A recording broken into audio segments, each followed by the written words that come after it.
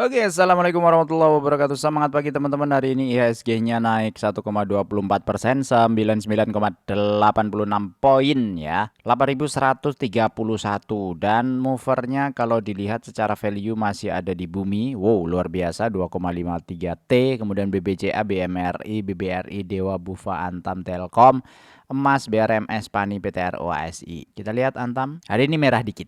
Bumi, hari ini hijau dikit. Apalagi yang biasanya di saham kita, ini ASII kita lihat. Masih konsolidasi. Terus hari ini ada berita mengenai FTSE tunda review saham RI. Tekanan bayangi gerak IHSG setelah dibuka merah. Yes, apa yang kemarin kita bicarakan, kita obrolin. Pertama, satu MSCI ya, kasih warning, kasih macam-macam. Kemudian outlook-nya Moody's ya, rating kasih outlook negatif. Outlook ya, outlook itu forecast. Jadi kita itu masih investable tapi outlooknya di proses atau progres negatif. Terus FTSE ya, ini indeks London ya, Financial Times Stock Exchange Russell menunda evaluasi indeks Maret 2026 untuk pasar Indonesia sebanyak 248 sana naik, sebenarnya turun tidak bergerak, nilai transaksi bagian mencapai 748 miliar melibatkan 1,6 miliar bla bla bla bla. Pengumuman FTSE menambah ketidakpastian di pasar modal sehingga investor cenderung wait and see, membuat IHSG berfluktuasi. Setelah dibuka merah, IHSG bergerak stagnan dan bahkan kembali hijau pada perdagangan pukul 9.20 tadi pagi. Ini dari kata data kan. Dan memang benar ya, volume perdagangan hari ini hanya 18 triliun. Sudah berapa hari nih? 1 2 3 4 5, udah 5 triliun 5 hari itu jauh lebih rendah lagi. Kemudian di 8 hari, 7 hari terakhir di bawah rata-rata. Yang biasanya on rata-rata atau bahkan di atas rata-rata, ini di bawah rata-rata. Mulai menurun transaksinya. Terus apa nih kira-kira efeknya untuk kita? Dengan banyaknya rating-rating, dengan banyaknya informasi-informasi yang serba tidak pasti, harapannya diskon lagi. Udah, itu aja, harapannya diskon lagi. Saya nggak tahu ya, nggak paham. Nih ya, kita tarik IHSG itu 1 bulan. Dari awal tahun berapa ini? 1997. Flat, habis itu lihat trennya ya, naik. Terus ini 2008, ini crash besar, ini 2008 memang. Ini dari sini turun ke 56%, kemudian naik ini tahun berapa nih, 2015. Ini ingat, ini saya 2015 Mei saya mulai masuk juga nih di market ya, 2015 20%, 18%. Tapi waktu itu belum ketemu style yang seperti sekarang. Jadi waktu itu cuma coba-coba ya, coba-coba masuk, belajar, praktek, terus sempat pensiun agak lumayan lama, baru kecil-kecilan masuk, baru serius lagi kira-kira di ya beberapa tahun terakhir ya, setelah COVID itu lumayan agak serius lagi. Nah, dari kondisi kayak gini, dari tren seperti ini, apapun yang terjadi di IHSG mulai dari 2008 lah, posisinya mulai dari tahun 2015 lah, dari 2020 lah, kemudian dari 2024 lah, tetap saja kondisi itu trennya bergerak ke kanan atas, apapun yang terjadi di dalamnya. Terus sekarang dipegang Menteri Keuangan namanya Pak Purbaya Yudisadewa. Itu kemarin sempat rally, jebam. Harapannya kan ya kalau kayak gini ya konsol aja gitu, konsol dulu gitu. Kayak berapa nih sih? Nah inilah, ini berapa tahun nih, April 22 nih, konsol gitu, nggak kemana-mana, peng. Habis itu turun terus naik lah, kok bablas ke atas. Lihat buangannya ya, asing tuh buangannya, lihat nih ya, udah jual, terus tiba-tiba hijau naik terus, jual. Grafik merahnya itu lebih besar gitu, tapi marketnya naik ke atas malahan. Di sini banyak buang dia, sini juga banyak buang nih. Kalau ngelihat ini ya kan, jadi curiga juga kita, ada apa ini kok beruntun begini gitu. Kemarin pas waktu disampaikan sama MSCI turunnya ya berapa ini ya, 10%, nggak terlalu banyak. Habis itu konsul ditambah Moody's rating malah nggak kemana-mana, masuk malah konsolidasi di sini, dan malah hari ini malah naik lagi. Bahkan hari ini diumumin sama ini FTSE ya, FTSE ini kan lumayan nih, lah kok malah naik gitu loh. Kan anomali ini pasar sahamnya di Indonesia, banyak loh buangannya hari ini. asing itu buang 900 miliar, banyak. Cuma ini ya saya tanya ke DeepSeek, berapa total dana asing di pasar saham Indonesia selama ini? Ya, kalau dilihat Desember 2023, total nilai pasar, kapitalisasi pasar sekitar 9.600 triliun per Desember 2023. Persentase kepemilikan asing 50-60%. Maka estimasinya sekitar 5.300 triliun dengan asumsi kurs 15.600. Jika uang sebanyak ini kemudian masuk di pasar saham tapi ternyata kemarin sempat dikurangin dan ini pasarnya nggak mau bersahabat malah ke kanan atas, ada teori yang mengatakan ya dia belum punya barang, jadi dia pengen barang yang murah, makanya diberikan berita seperti itu. Ada teori mengatakan, tapi ada juga yang mengatakan ini memang pasar saham Indonesia juga nggak bagus secara transparansi. Mereka sudah ada di India dan seterusnya, kejadian di grupnya Adani ya namanya ya, India, nggak mau kejadian yang kedua kali di Indonesia. Karena apa? 2 tahun terakhir minus. Nih 2 tahun terakhir MSCI Indonesia 2024 minus 12%, 2025 minus 2,75%. Padahal IHSG-nya naik, malah all time high, jebret-jebret ke kanan atas. Lah kok indeksnya MSCI malah minus? Orang biasanya nggak seperti itu. Nah, ini aneh. Makanya ada teori kedua mengatakan ya memang ini gara-gara transparansi di pasar Indonesia yang kurang. Jadi mereka marah untuk supaya ini di follow up. Kenapa sih ini penting gitu? Ya ujung-ujungnya karena mereka jualan data, jualan riset, ya jadinya penting. Karena nanti kalau datanya gampang meleset misalnya ya, dia merekomendasikan nih 2024 beli saham di Indonesia ini. Ketika mereka sudah merekomendasikan kan tetap tuh fund manager tetap harus membeli, harus membeli. Ketika fund manajernya membeli, kemudian tiba-tiba harganya itu jadi menurun atau jadinya selalu trennya setelah beli turun, bukannya beli itu malah naik, tapi beli malah turun, ya lama-lama kan ada apa ini? Dan orang-orang yang membeli itu kan sebenarnya partnernya mereka juga, kayak JP Morgan, kayak ya AK, BK, ya yang merah-merah ini, RX, ZP, KZ, YP, AK, CP, YU, BK, kan asing. Kalau dia ngelola dananya itu adalah yang salah satunya adalah memakai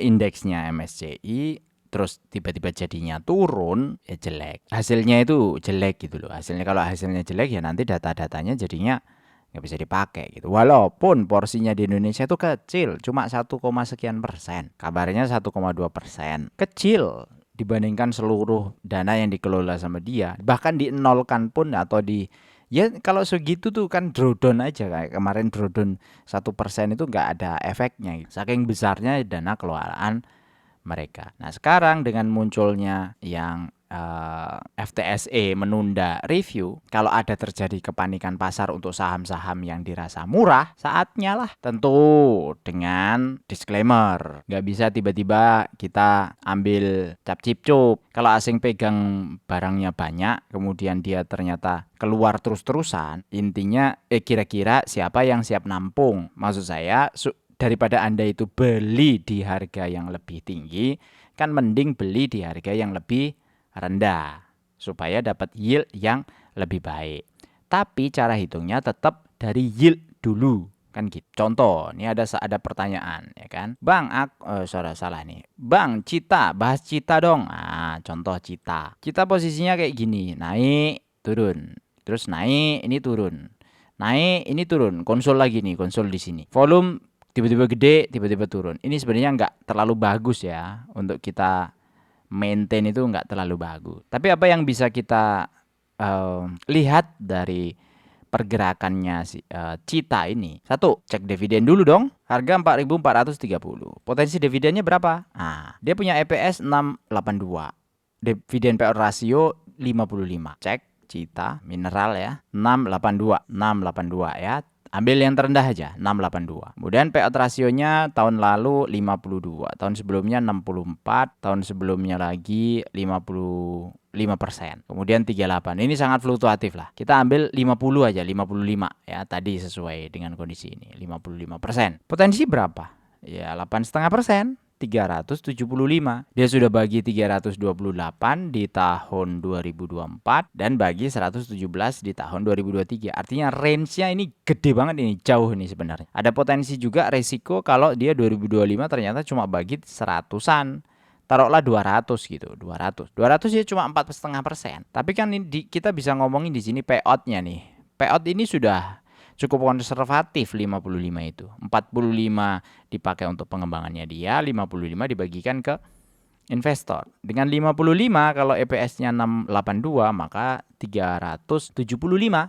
Karena 375 kali 682 375 itu sama dengan 682 kali 55. Nah, dengan kondisi ini apakah 8,5% ini sudah sesuai target kita? Balik lagi kita hitung di sini.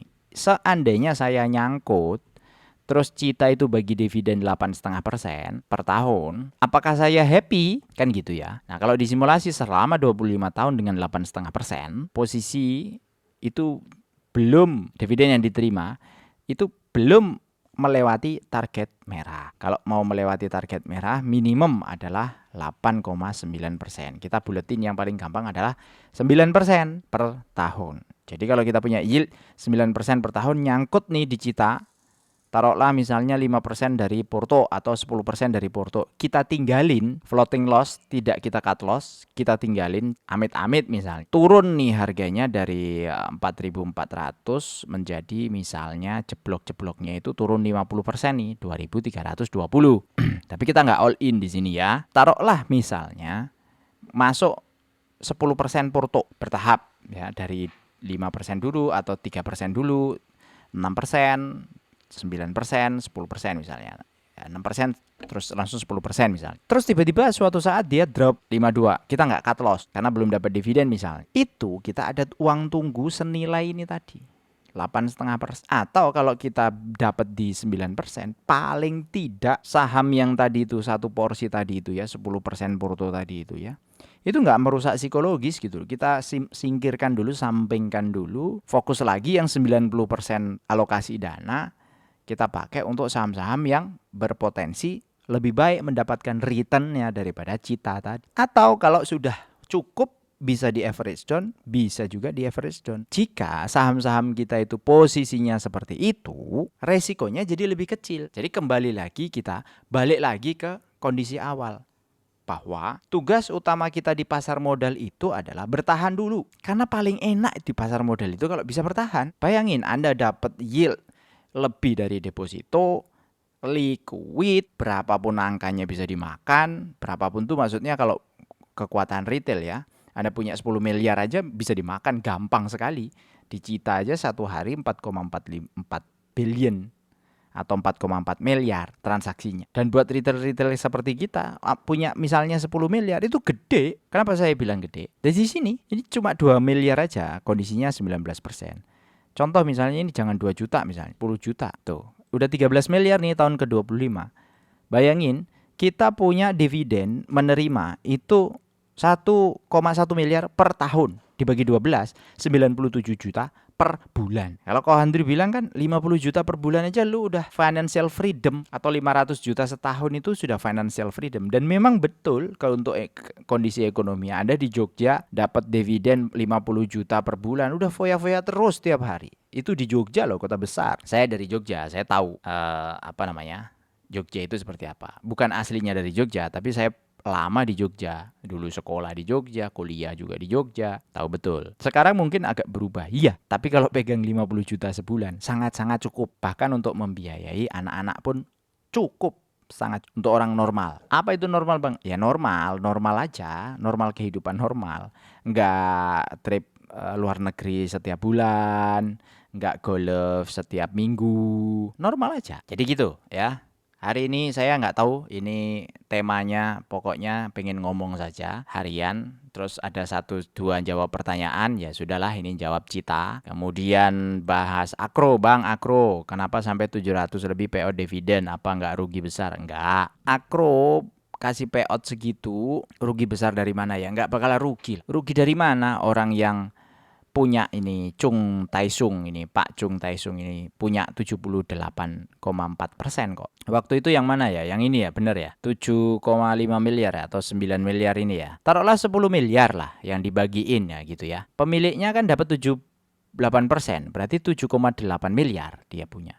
2 miliarnya dibagiin ke retail ya, pemegang saham yang lain. Ya nggak rugi. Terus kenapa sampai 800% begitu Bang, atau 700% begitu? Ya mungkin karena dia punya cash. Cash nih tahun berapa nih ya? 2020 6 miliar. 2021 17, 2022 22, 2023 2 miliar. Akhirnya 2022. 2024 42 miliar. Kan cashnya naik turun tuh itu. Ya toh, aset lancarnya naik turun, piutang segala macam. Pas waktu 2024 ternyata pemiliknya, ini cashnya terlalu banyak nih, kebanyakan nih. Udahlah bagiin dividen lah. Ya boleh-boleh toh, boleh-boleh aja, boleh-boleh. Dibagiin ternyata masih tahan-tahan aja nih cashnya. Masih 25, kuartal 2 masih 33, masih 31. Equity-nya juga masih bagus-bagus saja ya, kekayaan perusahaan walaupun bagi segitu. Terus rugi? Enggak bakal. Apapun yang dilakukan sama emiten, mau bagi dividen segede apapun, nggak bakal rugi. Kenapa? Karena kita itu minoritas. Adro misalnya, Adro bagi dividen gede banget pada waktu saat ADI spin off, rugi dong dia? Nggak bakal. Loh, ini loh Adro strategik. Masyarakat itu cuma 28%. Kita itu ada di dalam sini pemilik yang 0,000 sekian persen. Jadi yang makin kaya sebenarnya siapa? Ya pemiliknya udah pasti. Jadi kita mesti ukur-ukur juga siapa, mana, saham apa yang perlu kita beli. Karena kita itu bukan pengendali. Pengendalinya adalah pemiliknya. Ada satu saham yang naik terus, revenue-nya bagus terus, laporan keuangannya, tapi nggak pernah bagi dividen. Tiba-tiba minta right issue, minta ke investor lagi. Enak loh, paling enak itu right issue. Cari duit di perusahaan begini paling enak itu right issue, paling enak. Satu, nggak perlu ada kolateral ya, nggak perlu ada aset. Kalau ke bank kan ada aset. Kedua, nggak perlu ngembaliin, kasarannya cuma janji saja. Ya iya toh, dapat right issue, dapat dana masuk, emang perlu ngembaliin? Enggak. Orang dia ngomong harusnya ngembaliin kan, misalnya ngembaliin ke kita kan dalam bentuk dividen. Dia nggak bagi dividen, nggak apa-apa. Sudah nggak pernah ada bagi dividen, perusahaannya berkembang terus, kita dapat janji fundamental, dapat janji valuasi, faktanya tapi nggak bagi dividen ke kita. Habis itu right issue. Di mana right issue kalau nggak ditebus, kita terdelusi saham. Porsi kepemilikannya terdelusi. Awalnya punya misalnya 1%, karena ada right issue, bisa jadi cuma tinggal 0,9 atau 0,8. Efeknya apa? Ya karena kepemilikan kita makin kecil, kalau ada kue yang harus dibagi, ya kita dapat kuenya jadi makin kecil. Padahal modal kita sama kayak kemarin. Sama-sama 100.000 kita keluarin, harusnya dapat 1, tapi 100.000 dapatnya 0,8. Lah kok setiap right issue pada seneng, kan aneh sekarang. Ada juga influencer, ya adalah orang yang bilang bagus itu corporate action bla bla bla segala macam. Nggak masuk gitu, nggak masuk di logika saya, nggak masuk. Gitu Bang. Jadi Akro posisi dia bagi ya boleh-boleh aja, tapi ini nggak bakalan terjadi terus menerus. Jadi kalau sekarang Akro itu posisinya ini ya, Akro ya. Kayaknya saya pernah masukin Akro tuh di sini. Nah, ini dia. Akro itu kalau pernah 700% bagi dividen, ya 23 rupiah ini 27%. Apakah 700% lagi kondisinya? Belum tentu. Nah, kalau 700% lagi ya bisa jadi 18 dia bagi. Atau 22% dia punya yield di harga sekarang yang 81. Tapi kalau 100% dari laba, ini ya labanya 3, 100%. Dapatnya berapa? Dari harga 3%. Maka histori kayak gini nih, kita memang harus kita tidak bisa menilai hanya dalam 1 tahun saja, nggak bisa. Ya ini kan 2024 ya, 2023 nggak bagi kan dia kan. Kapan sih ini Mas Pro-nya? Mas Pro lagi. IPO-nya kapan nih IPO? Saya tuh orang pabrik jadi taunya Mas Pro. Oh ini listing date 2024. Oke lah. Baru setahun ya. Kita lihat nanti 2025 dia baginya berapa, sehingga nanti ketemu tren ya. Apakah ini trennya melurus ya, seperti ini terus, atau ternyata kayak Unilever misalnya ya, UNVR nih. Saya kasih UNVR lah hari ini. Hari ini banyak yang hijau ya, ngomong-ngomong. UNVR nih kan 100%. Kemarin Antam juga 100%. Nah, ini dengan 100% aja masih seperti ini. Masih mending ini Cita ini, disclaimer on ya. Mending. Dia kalau misalnya 55 naikin aja. posisinya, jangan 55, misalnya 70% misalnya. Udah dapat jackpot kita. Dan ini masih sehat loh. 70% dibagi 30% untuk perusahaan itu masih lumayan sehat daripada yang 100% dibagi semua ke pemegang saham. Ini nggak punya equity, makanya debt equity rasionya itu gede banget.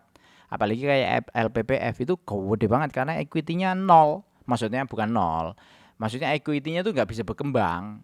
Kenapa? Karena keuntungannya selalu dibagikan menjadi dividen, jadi tidak pernah tercatat equity-nya itu di laporannya. Sehingga kalau dia punya beban, punya hutang, punya apa kan, debt equity ratio kan, rasio terhadap hutang terhadap equity. Karena equitasnya nggak berkembang, nggak gede, jadi porsinya debt itu seolah-olah 180% dari equity. Wah, ini bahaya kan kadang-kadang. Padahal dia hanya bagi dividennya rajin. Lihat aja equity-nya UNVR, lihat aja equity-nya LPPF, pasti kecil. Dan kalau dia punya utang, pasti rasionya juga. Saya pikir itu, kurang lebihnya mohon maaf nih lama videonya, minta maaf ya, nggak tahu kok tiba-tiba pengen ngomong lama. Semoga bermanfaat, sampai jumpa lagi di video berikutnya. Assalamualaikum warahmatullahi wabarakatuh.